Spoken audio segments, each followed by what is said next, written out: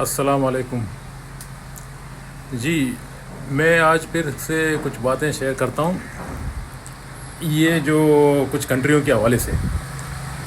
मैंने तकरीबन 24-25 कंट्रियों में विज़िट किया है, लेकिन मुझे सबसे अच्छा लगा जापान, थाईलैंड, लाओस और फ्रांस, आज़रबाईजान भी। चलें लाओस के बारे में ज़रा बात करेंगे। जापान के बारे में तो सारी दुनिया को पता है।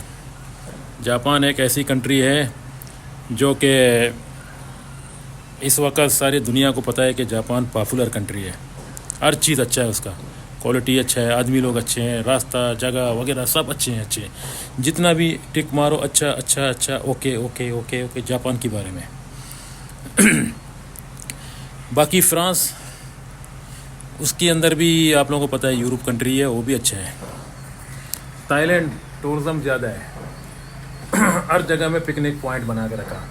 कोई जगह में भी रिस्ट्रिक्शन नहीं है, रिस्ट्रिक्शन एरिया मतलब कम है, बहुत कम है, और टूरिज़म ज़्यादा है, टूरिज़म इलाका ज़्यादा है, मतलब पिकनिक करने का जगह, बीच वगैरह, ये मार्केटिंग शॉपिंग वगैरह सारी, बहुत मज़ा है। थाईलैंड में जो बंदा गया उसको ज़रूर मज़ा आया होगा, क्योंकि अच्छा कंट्री है।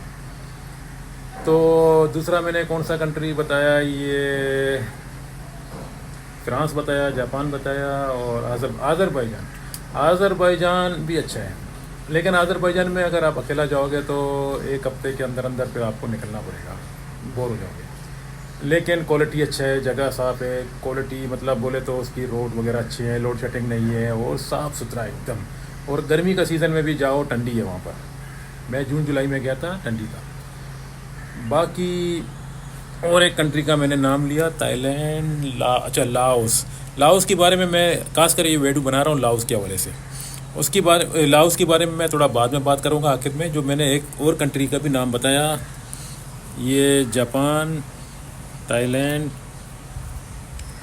आज़रबाईजान और फ्रांस और लाओस।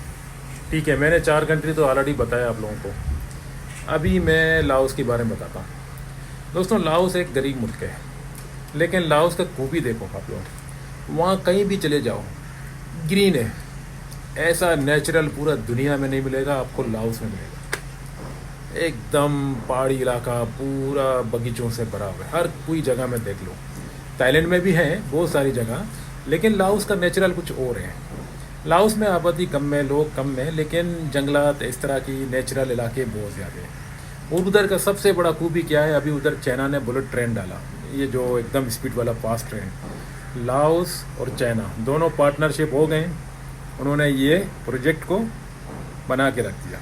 मैं जब गया था तो मैं खुद हैरान हो गया, यार इतना फास्ट ट्रेन इतना गरीब मुल्क में, क्योंकि ये इत्तेफाकी होता है, एक दूसरा कंट्री में। लाओस के पास इतना पैसा तो नहीं है। लाओस ने जो है ना एग्रीमेंट किया उसके साथ, ये क्या नाम है, चाइना के साथ। चाइना ने बोला जो भी कमाई होगा तो उसमें 60% मेरा और 40% आपका, मैं ये प्रोजेक्ट बना के दूंगा।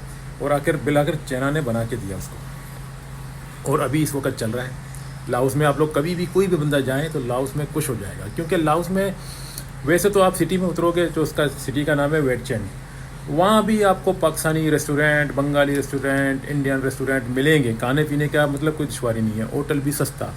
लेकिन लाओस का वेटचेन सिटी में जो है ना, आप 2 दिन के अंदर आप सोचेगा यार मैं यहाँ से निकलूँ, क्योंकि वहाँ थोड़ा मतलब डिफरेंट जैसा सिटी है। लेकिन वेंगवेन, लक्रोबान, इस तरह की सिटियों में जाओ तो आप जाते जाते जैसा रोड का तो वहाँ पर तकरीबन वेंगवेन तक जो है ना चाइना ने बना के रखा। अभी आगे रोड का जो है ना प्रॉब्लम है, वहाँ गाड़ी फंस जाते हैं। ऐसा पहाड़ी इलाका है ना, जो बारिश होता है तो बारिश से तोदा गिरता है ये मिट्टी का, तो वहाँ पर थोड़ा मुश्किल है, बड़े बड़े पहाड़ आ जाते हैं। लेकिन ट्रेन में जाओ, एक नंबर, आपको पता भी नहीं चलेगा आप कैसा जैसा जहाज़ में बैठ के जा रहे हैं। आप लोग मेरा पुराना वीडियो को देख लो, जिसमें लाओस का बारे में मैंने वीडियो बनाया, जापान के बारे में बनाया, थाईलैंड के बारे में बनाया, सारी कंट्रियों का।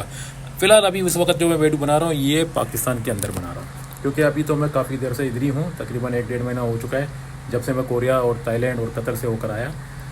तो इंशाल्लाह आगे अगर कोई कंट्री में गया तो फिर इंशाल्लाह फिर से नया वीडियो बनाऊँगा।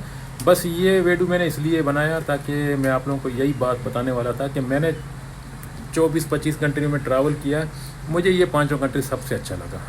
लाओस, ये क्या नाम है इसका, ये Japan, Thailand, France, Azerbaijan, Korea भी अच्छा है। और बहुत सारी कंट्रियाँ, बहुत सारी दुनिया तरक्की कर चुका है। आप लोगों को पता है बहुत सारी कंट्रियों में अमन हुमन है, लोड शेडिंग नहीं है, प्रॉब्लम नहीं है। आप जो है ना आराम से ज़िंदगी गुजार सकते हो वहाँ पर। अगर आपका पास लीगल तरीके से, इलीगल नहीं होने का है, इलीगल तरीके से आप रहना चाहोगे तो वहाँ पर आसानी से अपना वीज़ा का वैलिड के मुताबिक रहो तो बिल्कुल अच्छा है। फिर वीज़ा रिन्यू करो, फिर रहो, जितना देर तक आपका ज़िंदगी रहो। अगर वहाँ पर शादी किया तो आपको और भी फ्यूचर मुस्तकबिल तक वहाँ पर ज़िंदगी भर मतलब रह सकते हो वहाँ पर। तो कहने का मतलब ये था कि ये वीडियो मैं इसलिए बना रहा हूँ कि आप लोगों को बताया कि 5 कंट्री में बहुत अच्छा है। ये अज़रबैजान भी इतना महंगा नहीं है, सस्ता है। वहाँ भी आपको ये तुर्की शौरमा, ये हमबर्गर वगैरह इस तरह की चीज़ें खाते हैं। और ख़ासकर पाकिस्तानी का बहुत इज़्ज़त करते हैं। ये क्या नाम है 2 कंट्रियों में, ये जापान में भी पाकिस्तानियों की इज़्ज़त करते हैं ज़्यादा, और अज़रबैजान में भी। बाकी तुर्की में भी मैं गया था, तुर्की में भी इज़्ज़त है, लेकिन तुर्की एक डिफरेंट डिश है। वहाँ पर आपको इजिप्शियन, तुनसी, लिबिया इस तरह के लोग ज़्यादा मिलेंगे। कुछ ऐसे इलाका है जहाँ पर मतलब रश ज़्यादा है, आपको ठोकरें लगेंगे जाने आने में, ये तकलीफ़ होता रहेगा तुर्की में। अज़रबैजान है, अज़रबैजान इतना साफ़ है, आपको उसकी बीच के इलाके में चले जाओ। ये जो समंदर के किनारे में इन्होंने बाकू शहर में जो बनाया, समंदर के किनारे में जो घूमने फिरने का जो पार्क बनाया, वो एकदम साफ़, कोई भी कचरा नहीं है वहाँ पर। फूलों का जैसा शहर है ऐसा लगता है। और रात में हीरे की तरह चमकता है अज़रबैजान। अज़रबैजान की बिल्डिंगों को देखो जैसा आप लंदन पहुँच गया, इस तरह का माहौल है वहाँ पर। चलें दोस्तों, ये थोड़ी सी वीडियो मैंने इसलिए बना ताकि मैं सोचा था कि आप लोगों को कुछ बातें मालूमात देता हूँ। यहाँ पाकिस्तान में भी पिकनिक जगह बहुत है, लेकिन लोड शेडिंग की वजह से लोग नहीं आते हैं, टूरिज़्म ज़्यादा, क्योंकि लोड शेडिंग ज़्यादा है यहाँ पर। और दूसरा रिस्ट्रिक्शन एरिया ज़्यादा है, पिकनिक पॉइंट कम है। पिकनिक पॉइंट मतलब इन्होंने रिस्ट्रिक्शन एरिया में तब्दील कर दिया, ताकि जो है ना टूरिज़्म आ जाए तो उसको हर जगह में रिस्ट्रिक्शन एरिया दिखेगा तो वो लोग नहीं आते हैं इस वजह से। और वैसे अनसेफ्टी भी थोड़ा ज़्यादा है ना हमारे मुल्कों में। चलो, ये वीडियो मैंने इसलिए बनाया ताकि कुछ मालूमात देने के लिए। बाकी मुझे दीजिए इजाज़त, इंशाल्लाह अगला वीडियो मिलेंगे। ये कुछ बातें हैं, थोड़ी थोड़ी बातें मैं आप लोगों से शेयर करता हूँ, ताकि मेरा एक्सपीरियंस के मुताबिक, जैसा मैं कंबोडिया में भी गया था, लेकिन कंबोडिया का रोड का सिचुएशन वही है, हालात वही है जैसा ये पाकिस्तान के जैसा। लेकिन कंबोडिया में भी लोड शेडिंग तो नहीं होता है, लेकिन रोडें जो है ना उसकी इतना खास नहीं है, मैंने देखे हैं। बाकी मार्केट, शॉपिंग वगैरह मतलब इसी तरह हमारी पाकिस्तान की जैसा, फिलिपीन भी ऐसा है, लेकिन इस पाकिस्तान से थोड़ा मतलब उसकी क्वालिटियाँ अच्छी हैं, क्योंकि लोड शेडिंग नहीं होता है। तो उन्होंने कुछ जगह ऐसे समंदर के किनारे में ऐसा पिकनिक पॉइंट वगैरह बनाया, ये कंबोडिया का। और इसका बात कर रहा हूँ, ये क्या नाम है फिलिपीन का। फिलिपीन में भी कुछ ऐसे जगह हैं जहाँ पर गरीबी ज़्यादा है। वहाँ पर रोड मोड़ों का अंदर गलियों में जाओगे तो वहाँ भी किचरा मिचरा आपको दिखेंगे, क्योंकि वो फिलिपीन का है। लेकिन आइलैंड ज़्यादा हैं, उसकी आइलैंडों में चले जाओ जहाँ पर पिकनिक पॉइंट है, वो साफ है फिलिपीन का। और वियतनाम की मैं कभी नहीं गया, इंशाल्लाह 2 साल पहले मैंने अप्लाई किया था, लेकिन उस वक्त पाकिस्तानी को वीज़े के लिए नहीं छोड़ रहे थे। अभी शायद हो सकता है छोड़ें, हो सकता है वीज़ा दें विज़िट के लिए। अगर मेरा नसीब लिखा हुआ है तो मैं जाऊं तो वहाँ भी वीडियो चका सकूँ। वहाँ एक ब्रिज बनाया, जैसा आज से पकड़ते हैं ना ब्रिज को, ऐसा कोई चीज़ पकड़ा हुआ है उन्होंने। ये सबसे बेस्ट चीज़ बनाया वियतनाम में। जो बंदा वियतनाम में जाएगा तो उसको भी यही थाईलैंड का जैसा मज़ा मिलेगा, यानी बहुत पिकनिक पॉइंट है वहाँ पर। चलें, खुदा हाफिज़। बाकी आप लोगों को जैसा वीडियो अच्छा लगा तो इंशाल्लाह अगला वीडियो पर मिलेंगे। खुदा हाफिज़।